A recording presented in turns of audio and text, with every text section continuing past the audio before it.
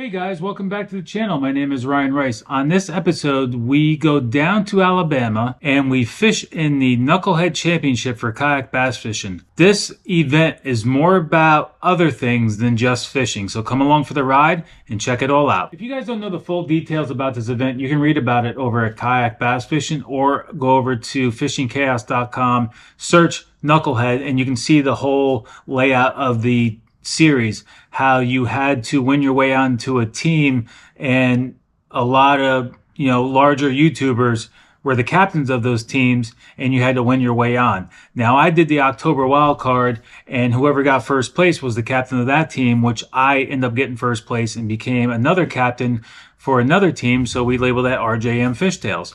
So we all went down there, we fished against each other, and we had a great time. And at the end, we had some food. We all got together, hung out, and we did the award ceremony. It was a great time.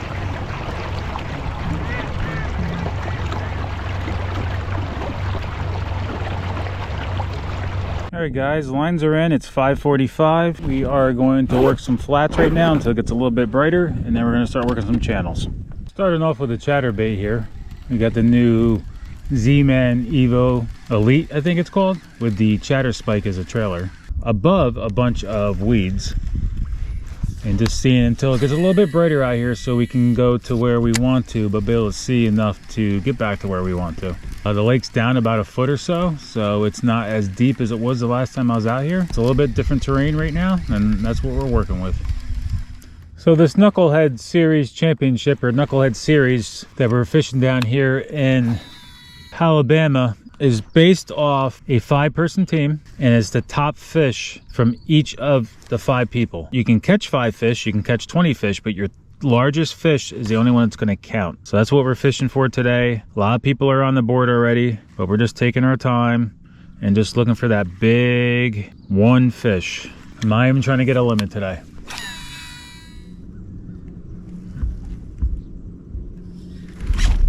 All right, guys.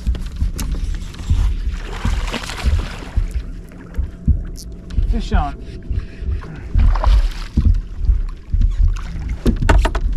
Not a monster, but it's one fish. All right, we got our first fish of the morning here. Not a monster, but it's a fish. So we're gonna get it measured and submitted into Fishing Chaos. Looks like we got about 16. All right, guys, first fish, 16.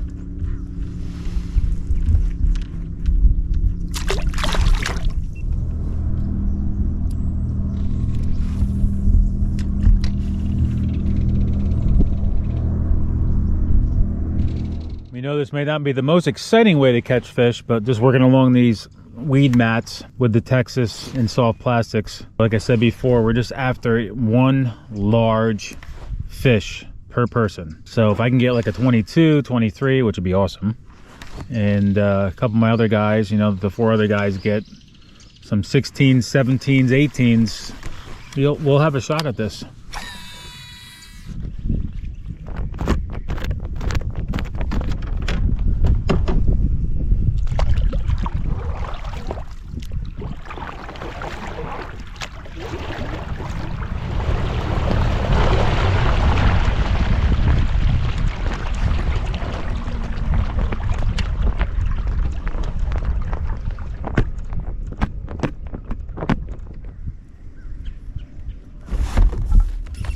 All right, guys, fish on.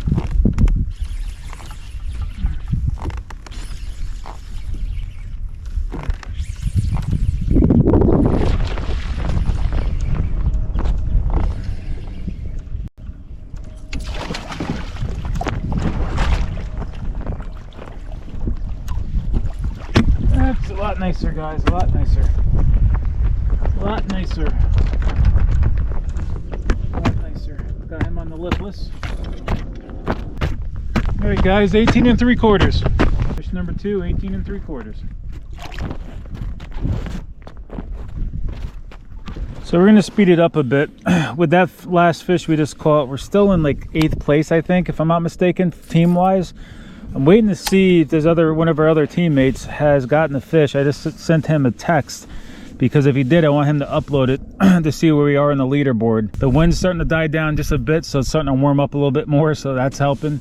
But we're just going to speed it up here, guys. Cover a lot of water as much as we can with the lipless. It's a little tough right now because with the treble hooks, I'm getting caught on a lot of weeds, but that's why I just caught the last fish on. So we're just gonna hit this area here, cover it, and then we'll go back to soft plastics if needed. All right, guys, lines are out in about 15 minutes, so we're gonna start heading back to the ramp. If we have any time, we'll fish a little bit around the ramp and to see if we can upgrade that 18 3/4. Then we're gonna go to the award ceremony, and I'll update you guys who won first place, and we'll do a little recap to this.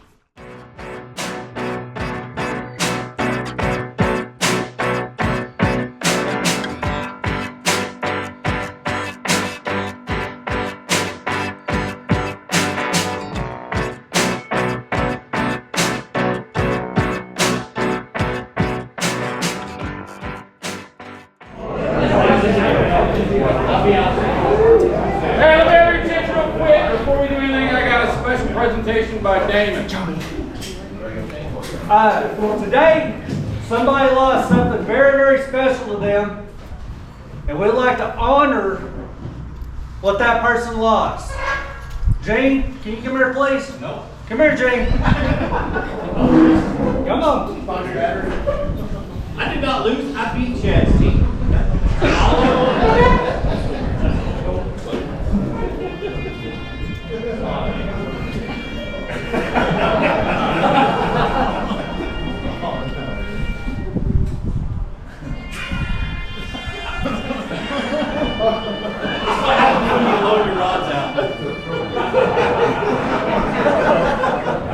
So, Damon, do we really need to tell them how much this rod is worth? You could. It's making me sad. I don't want to let them know. This was my favorite chicken head rod. It's $425. Now you got 3 of them. Now it's a very special 300, 3 piece, $425. Thank you, everybody. Let's board James fishing rod. One little piece of business I do want to do before we get into the ceremony is I want to point out these backdrops up here. So basically, when we came to Ditto Landing through a partnership with Huntsville, is because they really want to invest in making this a fishing destination. There's a weird kind of deal between Wheeler and Guntersville, and they're the 2 biggest lakes in Alabama, and collectively, they really make the only place we can truly have a monster tournament and a national championship to the scale that we want to get back to. Because you gotta have a lot of water, you gotta have a lot of access. It is the Tennessee River, and this is the one place that we can do it, and it's the one big city and location where we're gonna have an event center that we can pretty much do what we wanna do instead of being the redheaded stepchild kind of coming in and using something else. So this event center over here will begin building this fall. The road going to the KDF HQ that you see with the cones up is the road that goes back to it, and there's a big building that's been vacant for 15, 20 years that they're converting into that thing you see right there. There'll be floating docks so that coming up and down the Tennessee River you can stop. There's going to be restaurants and shops and 2 or 3 office spaces in there. This is what the inside of the event center is going to look like, which is the center of that building, of that event center where you can play outdoor concerts, you can do outdoor events, you can do outdoor, indoor. It's going to be one of the most state-of-the-art event centers in the state of Alabama and in the Southeast. East Harbor, which is where the KDF HQ is getting a complete remodel and overhaul. We're going to be able to teach classes down there. We're going to be able to have clinics down there. We're going to do a whole bunch of stuff. And so I'm really looking forward to that. And that's why we're having so many events in Huntsville. We're going to do the national championship back to back to back in Huntsville. Just kind of like I did when I started KDF and we did it on Kentucky Lake. After that, we go to Shreveport. And after that, we either go back to Kentucky Lake or we go to another destination that I can't announce yet. I know that it sucks sometimes for people to have to travel a long ways, but this truly is a place that is investing in us, that believes in kayak bass fishing, that believes in kayak fishing, and is also helping us across the entire region put in kayak accesses. Our goal is to make North Alabama the most kayak fishing friendly destination in the country. And I moved here because when I went through what I went through, I said, where do I go to fish to get my head right. And I was actually here getting my head right when I was thinking about it. I was like, well, shit, I already answered my own question. All of the Tennessee River system are investing very heavily in improving the fishery, even though I think it's one of the most world-class fisheries in the country. May not be that way when a cold front blows in November, but people still caught their personal best. People still caught a lot of fish, and I think you can see where the potential is. I know it sucks to make a long drive, and then you get to know that there's potential there, but you didn't get to realize it. But understand you invested in learning this fishery a little bit, because everybody sitting in this room that fished in this event is qualified for the national championship. You notice that there's a military theme to damn near everything that we do, okay? And there's a reason for that. One, I'm retired Navy. Near and dear to my heart. And I was motivated by a lot of people this year to take what we do and use that platform to raise awareness for the dirty little secret that nobody wants to talk about. You know, you got little 13-year-old influencer girls on the internet talking about their mental health because their mom won't let them use their iPad after 3 p.m. And then there's people who have real fucking problems, right? And real crises that they're dealing with. You know where those crises go when you get in a kayak and push off the bank? Away. They stay in the truck. That's why I'm fired up about getting more butts in boats and getting these veterans off the bank. And under veterans umbrella, we also include homeland heroes. I don't want to name off like fire, police, dispatcher, because I always forget one of them because there's like 62 of them, and none is really more important than the other. So homeland heroes is what we refer to those folks as, because they are. Trust me, I went into a couple hospitals this year, and it was more triage last year, the year before during COVID, and it was like triage worse than any battlefield I've ever been to. So these people have earned their stripes. And then on top of that, there's people that just need to get outside. When we were growing up at my age, if you got gray in your beard or your hair or the hair that you used to have, you remember this saying, well, we got to get them kids out in front of the TV. We got to get them off them video games. Remember that? Well, now they don't even play video games. They do nothing. So we used to compete with video games. Now we're competing with nothing. There's a whole generation of people who are perfectly content living vicariously through other people. And we've got to fix that. So that's why we want to make kayak fishing look fun. That's why we want to make it look like anybody can do it, because really anybody can. This week I saw everything from a Pelican that's $800 to, you know, a $26,000 custom rigged out boat. And the person in the $800 kayak probably caught just as big a fish or just as many fish as the $30,000 kayak. You know what I'm saying? So that's what this knucklehead thing's all about. It also raises awareness for what the hell is the challenge coin call out? Oh, that's tied to fish ops. What's fish ops? Fish ops is Operation Prevent Suicide, Operation Peer Support, and Operation Provide Scholarships. We've raised awareness for veteran suicide prevention. We've saved lives. We're planning to save more lives, and the peer support thing is working. If you see any of these guys walking around with the shirt on that says, "You good bro, you good sis," do me a favor, go buy one of those. 100% of that goes to Heroes on the Water. 25% of the Catch 22 challenge and the Catch 5s that we do goes directly to Heroes on the Water. 25% we retain for overhead and operational costs, and then 50% we buy prizes and put it back into the deal. Do me a favor, if you haven't joined the Catch 22 challenge yet, please do that.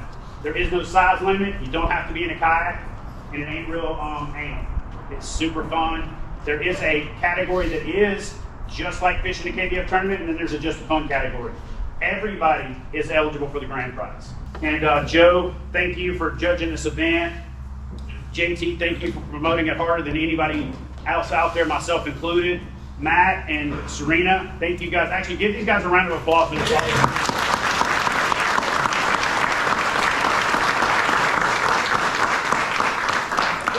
Ryan Rice.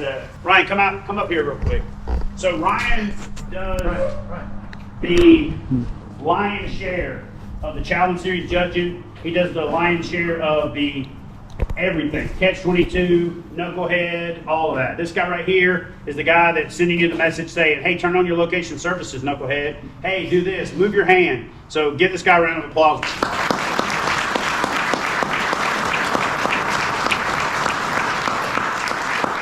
Straight up would not be able to, I wouldn't have been able to get through this year if it wasn't for him. So brother, thank you. Love you. Appreciate you. He is literally now my favorite person that's lived in Jersey. Okay. He's not from there. And by the way, his wife back there with the Dakota Lithium, don't give her a cross eye because she's literally in the mob. All right. Anyway, thank you, man. Love you, brother. Appreciate you. All right. Now we're going to talk about who won tonight. Big fish of the week. Biggest fish overall was a tie between Daniel Pierce and Darren Wendell, both with 22 inches. So.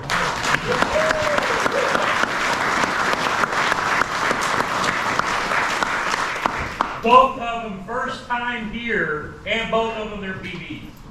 And it's the first time that Daniel's been in a kayak.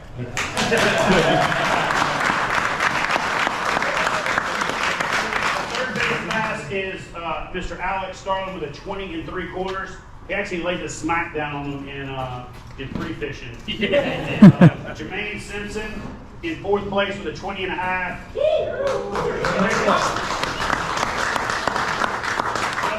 Cloth in 5th place with a 20 1/4, and then you guys can go check out the standings from there. Justin also won big bass at the championships a couple weeks ago, so it just shows that like consistently people who put the time, effort, and the energy in, you know, are going to see the results.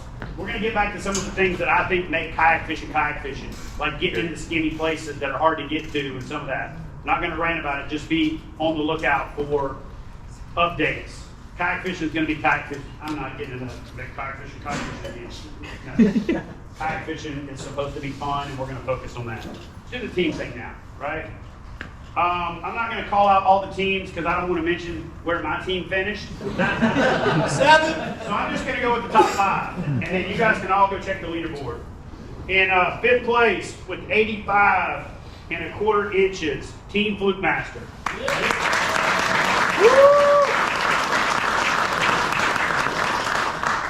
In 4th place with 85 3/4 inches, I'm going to get the captain of this team to stand up. Team Creek. John, where you at?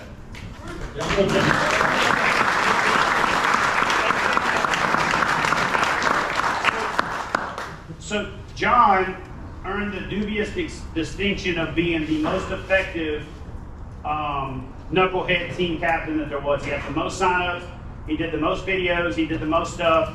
So have you guys ever heard of a KDF lifetime membership? Yeah. Okay, so John, I'm giving you a KDF lifetime membership effective tonight. In addition to that, I know you're not a big competitor, but I have seen that light bulb go on several of your videos, so you can say you don't like it all you want to, but you're a good competitor, and you really do shine when you're doing those videos and you're doing that kind of stuff, so I want you to do it more. So I'm also giving you a lifetime KDF tournament entry. Basically, any tournament, any challenge, anything you ever did.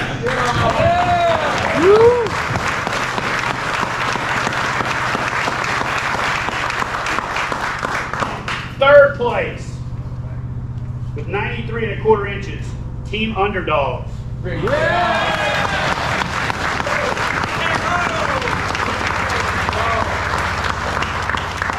I need to get these two teams, Team Gramps on my left and Team Wendell on my right. You guys come to the front, please. I have been involved in over 600 tournaments. I've been involved in some nail biters. I've never been this involved in one, and I've never seen them come down to this. So before I explain what happened, give both of these teams a round of applause.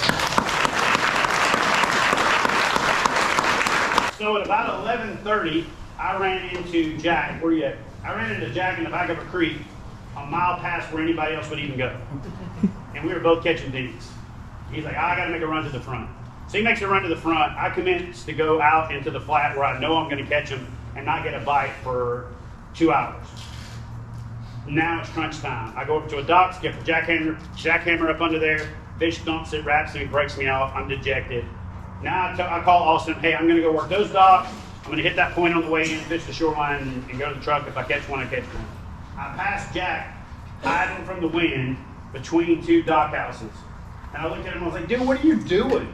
You're the Alabama guy on the team and you're the weakest link. What the hell?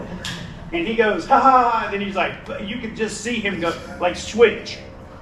And then he paddles out and runs into this knucklehead.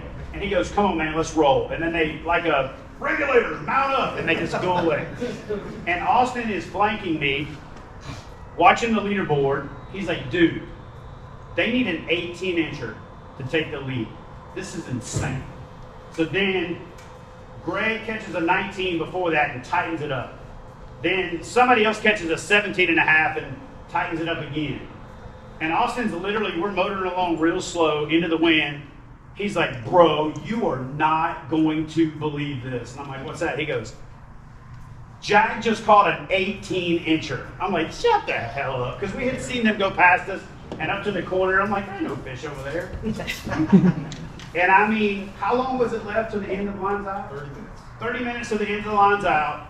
Most people were at the boat ramp, loading their gear, licking their wounds, had kind of give up even though they were still in the water. This dude goes out there and catches a freaking fish at the buzzer. But look, if all of these other guys hadn't caught the fish, you know what I'm saying, to put themselves in position, if Greg hadn't upgraded to the 19, if Tammy hadn't caught her fish, if this dude hadn't snagged a donkey 50 yards from me, fished around me. Oh, excuse me, I'm just going to go up here and catch this 6.5 pounder, 8 pounder, whatever it is. Did you weigh it? 6.8. 6.8. So almost 7 pounds, and legitimately, your personal best? Yeah. By how much? Personal best in these conditions. That's pretty impressive. I watched these dudes upgrade and like have a 9-inch lead all day long. It was insane. And then it was almost like a foregone conclusion. And then I'm telling you, these two guys like linked up, and it was like the Power Rangers thing. And I only know that because my kids were that age during the Power Ranger thing, and I might have dressed up as one of them for Halloween once. But that just shows you, man, that this team thing is bad to the bone. I've had this team thing on my brain for years. We've done the Top Team Challenge Cup. We did the Team Ambassador Series Championship in the spring. A lot of controversy kind of overshadowed that. That being said, how many people just love this team format? Yeah, I love it. So we're going to figure out in the off season how to turn this into something more regular than a once a year thing, something we can do regionally, something that we can do because it's like this. You know what I'm saying? And the thing about it is today was a perfect example of why team fishing and why community matters. I might be speaking out of turn, and you can correct me if I'm wrong, but you pulled up in between those docks and pretty much gave up, right? Jake said, come on, bro, like pick him up. And he went and caught that fish, and this will be something he's got forever. This will be something that JT gnaws his teeth over. But that's what community is about. That's what this sport is about. I haven't seen Gene get excited about tournament fishing in a long time. Matter of fact, he only did tournament fishing a couple years ago where he could lay the smack down and then say, you can't talk smack that YouTubers can't fish, and then he was kind of out of it. But he was beaming. Where are you at, Gene? Oh yeah, he was beaming. Him and Mike over there scheming, we got to do this more. I'm like, that's the plan. So again, think about how we can do this more. Think about where we can do it more. There's a such thing as too much, but I love this concept. That being said, the money spins, but this thing right here lasts forever. So, the inaugural, first ever 2023 Knucklehead Championship goes to Team Wendell. Yeah!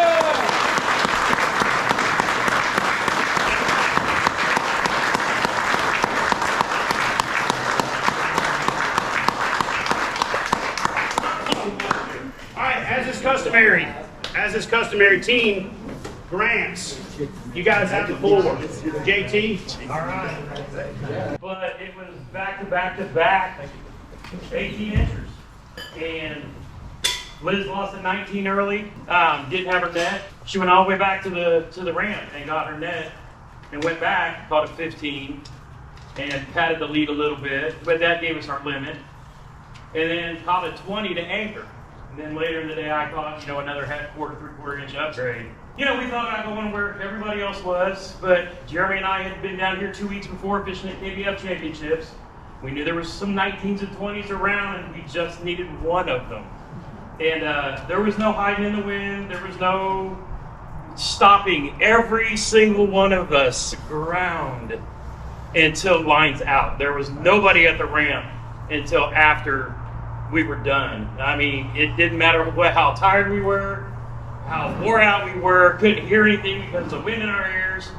They didn't stop all day. And we knew, we didn't figure, we knew there had to be two miracles. Somebody had to catch a PB, and then somebody had to catch one with minutes to go. And that's what it took to beat us. I mean, realistically, we got a great average to hold the lead the whole day. We just needed one more better bite. We didn't have a coach come and, say, hey, go. We were out doing our own thing, encouraging each other. But, You had a chance for him. that being said, I got to give shouts to Caro, who's one of the fishing fam who came down here, made her way into the.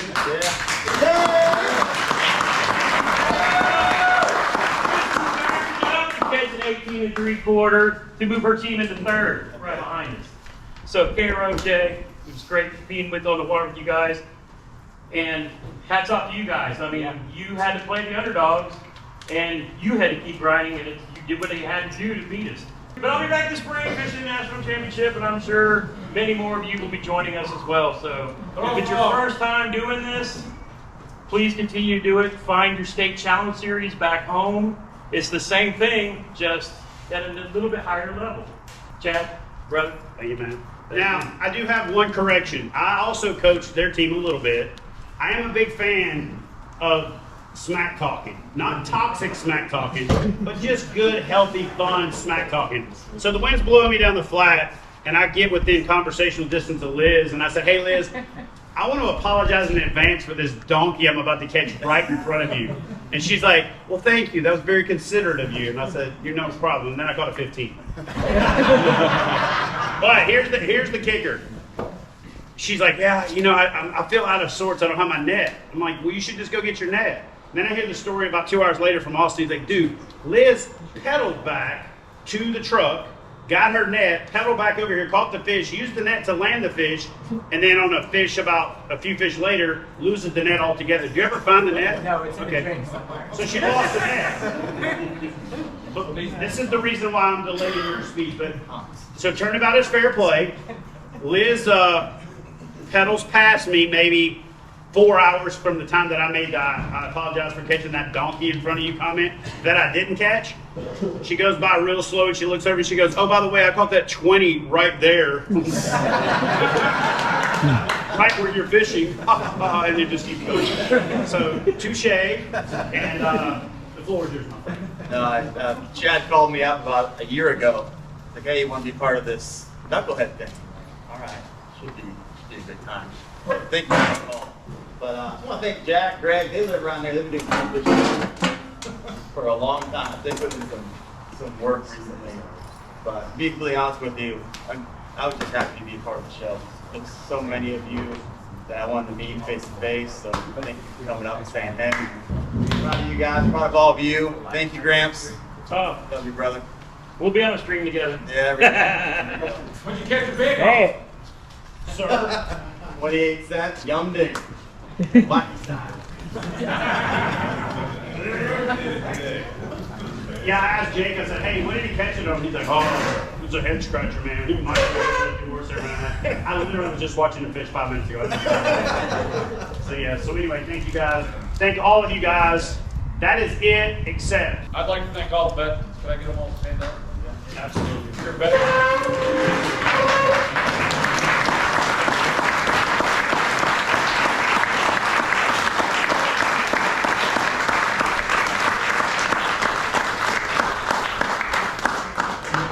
I like to end on a high note, but I am going to end on a somber note, okay? I spent 20 years in the Navy, 20 years and 5 days to be exact. The reason I did 5 days is because I wasn't going to 30. I did my 20 and I was done because I was so dejected with the way things were going, and I'll be honest about that. I did combat search and rescue the first half of my career, which is the helos that go in and get the snake eaters and the baddest mofos on the planet into where they can do their job and come in and get them after the fact. Lost a lot of friends, but I lost 27 friends total to combat or training related exercises in 20 years. I went to 2 memorial ceremonies in my life. Because after the second one, couldn't go to them anymore. We were told to suck it up, so we did. You ever heard the phrase man up? You guys know what man up actually means? Here's what man up means.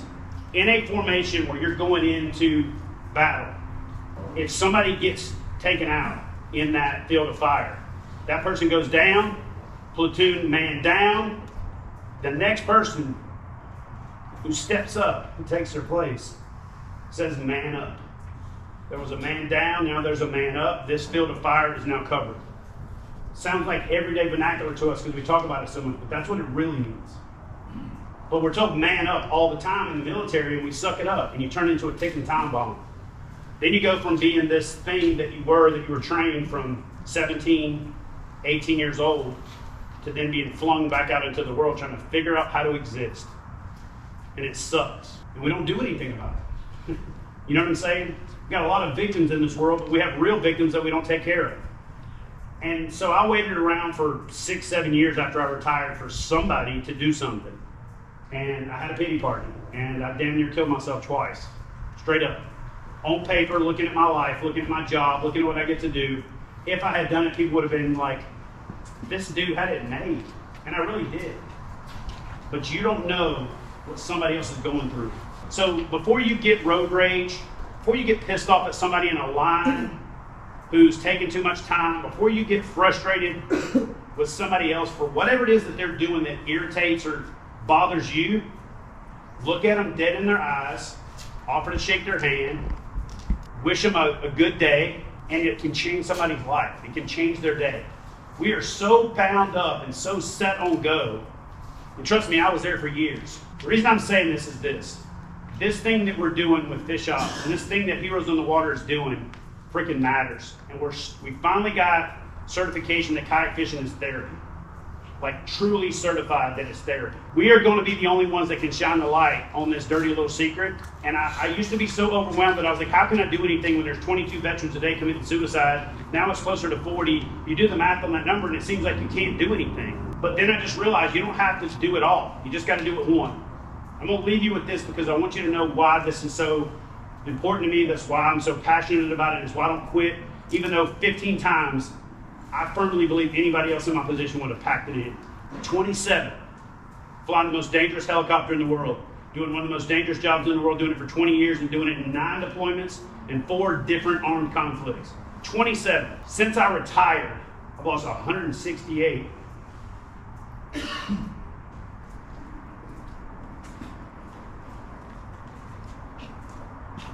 I've lost 168 friends to suicide that I served with.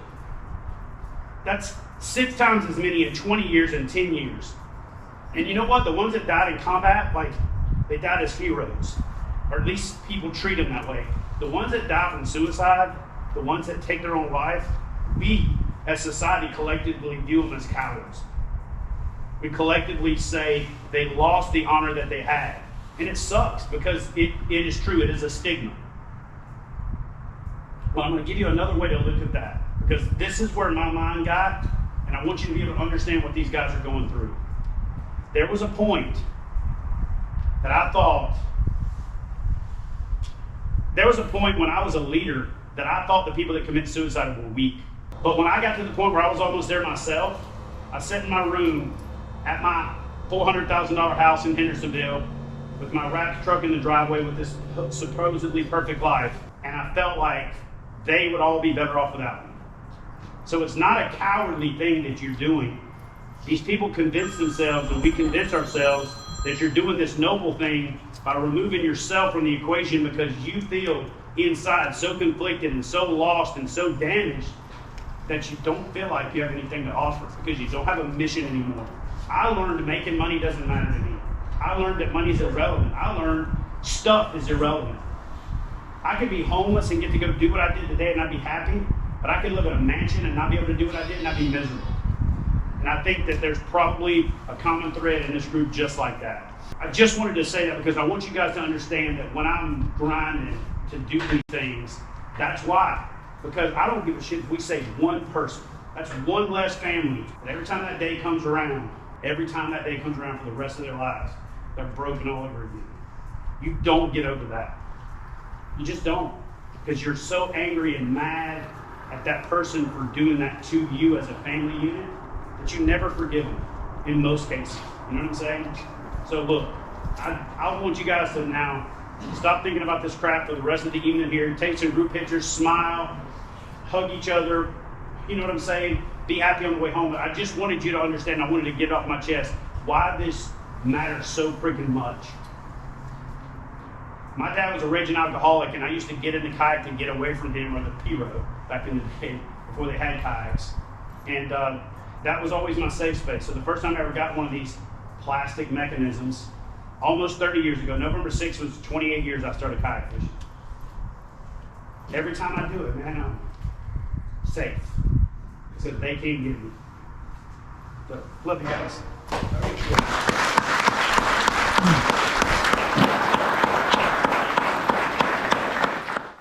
Well, we didn't get first place, we got 11th place. And the reason why we got 11th place, because one of our team members was not able to put up a fish on the board. It is what it is. We went down there more for just to be with everybody, be able to meet a lot of people that we talk to online, talk to on social media, and haven't met in person yet. And we had a great time. The food was great from Matt from OEF5. We had just a great time. Me and my wife went around. We had dinner with Chad. We took in some scenery. We got some nice pictures.